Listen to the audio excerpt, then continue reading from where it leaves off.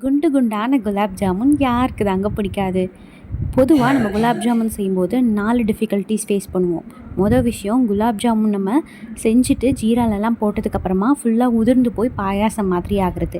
2வது, குலாப் ஜாமுன்லலாம் விரிசல் வந்திருக்கும். நம்ம எண்ணெயில் போடும்போது விரிசலாக இருக்கும். நம்ம ஜீரால போட்டப்புறமா இன்னுமே விரிசல் ஆகிறது. 3வது விஷயம், மேலே எல்லாமே கலர் மாறி இருக்கும், நல்ல ப்ரௌன் கலரில். ஆனால் உள்ளே நம்ம சாப்பிடும்போது மாவு பச்சையாகவே இருக்கிறது. 4வது, நம்ம காய்ச்சின பாகு கொஞ்ச நேரத்தில் கிறிஸ்டல்ஸ், சுகர் கிறிஸ்டல்ஸ், சர்க்கரை கிறிஸ்டல்ஸ் ஃபார்ம் ஆக ஆரம்பிக்கிறது. இந்த 4ல் அட்லீஸ்ட் ஒன்றையாவது இதுவரைக்கும் குலாப் ஜாமுன் செய்ய ட்ரை பண்ண எல்லாருமே ஃபேஸ் பண்ணியிருப்போம். ஸோ இந்த டிஃபிகல்ட்டீஸ்லாம் இல்லாமல் பக்காவான குலாப் ஜாமுன் எப்படி பண்ணுறதுங்கிற டிப்ஸ் அண்ட் ட்ரிக்ஸை இந்த வீடியோ ஃபுல்லாக சொல்லியிருக்கேன். ஸோ கடைசி வரைக்கும் ஸ்கிப் பண்ணாமல் ஃபுல்லாக பாருங்கள். Welcome to meals and memories.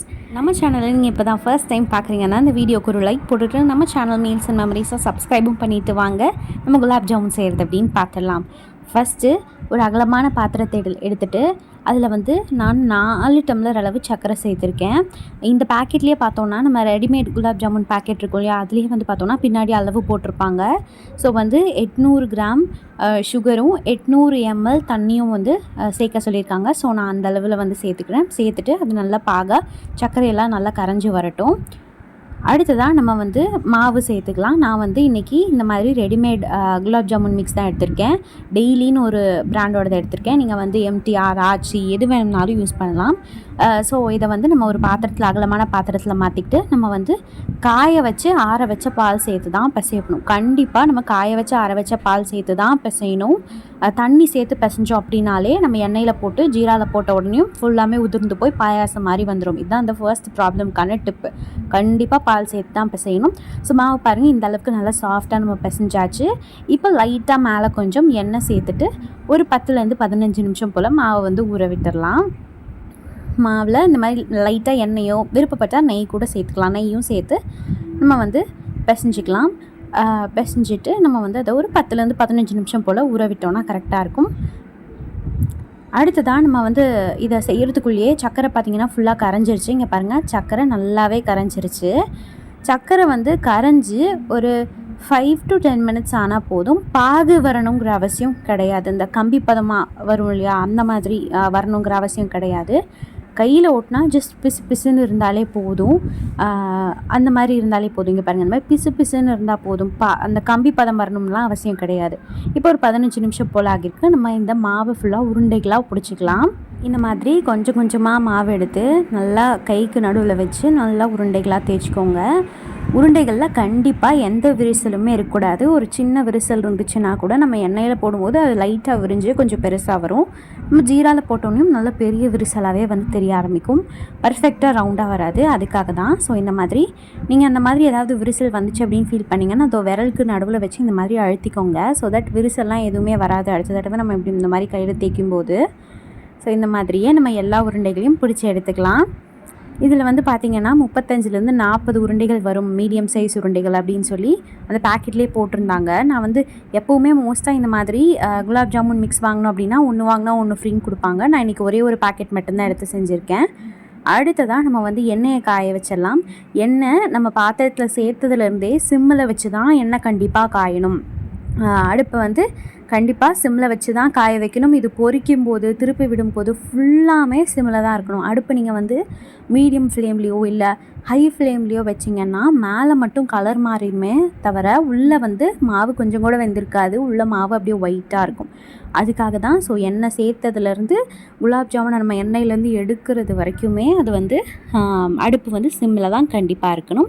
So நம்ம இந்த மாதிரி ஒரு உருண்டைகளாக நம்ம வந்து எண்ணெயில் சேர்த்துக்கலாம். இங்கே பாருங்கள், இந்த மாதிரி ஒரு உருண்டைகளாக சேர்த்துக்கலாம்.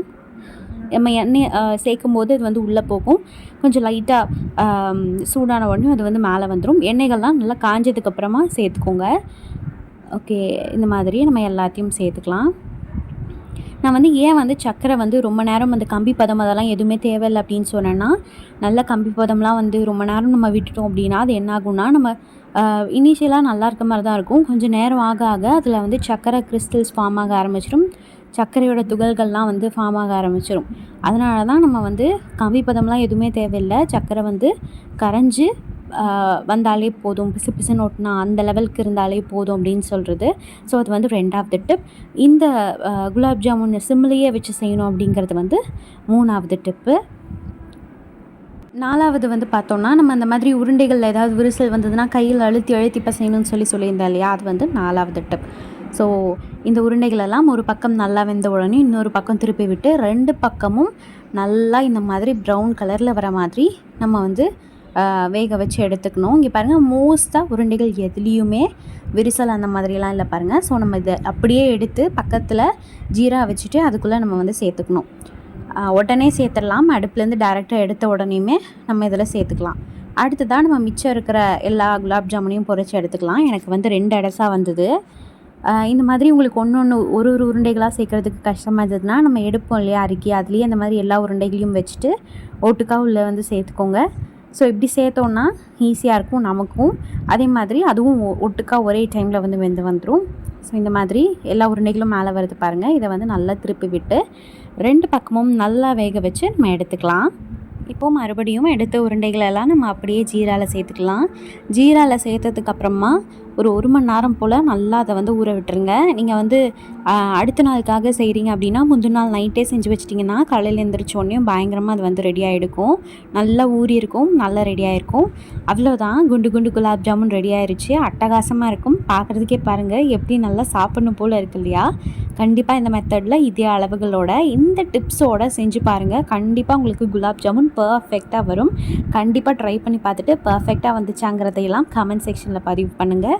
இந்த ரெசிபி உங்களுக்கு கண்டிப்பாக பிடிச்சிருக்குன்னு நான் நம்புகிறேன். பிடிச்சிருந்துச்சுன்னா நம்ம வீடியோவை லைக் பண்ண மறந்துடாதீங்க. கூடவே நம்ம சேனல் மீல்ஸ் அண்ட் மெமரிஸை சப்ஸ்கிரைபும் பண்ணிவிட்டு நம்ம சேனலில் இருக்கிற மற்ற வீடியோஸ் எல்லாத்தையும் கூட செக் பண்ணி பாருங்கள். எண்டில் வந்து 4 வீடியோஸ் வருது இல்லையா, இதுகளையும் எது வேணுமோ உங்களுக்கு அதை செக் பண்ணி பாருங்கள். பாய்ங்க.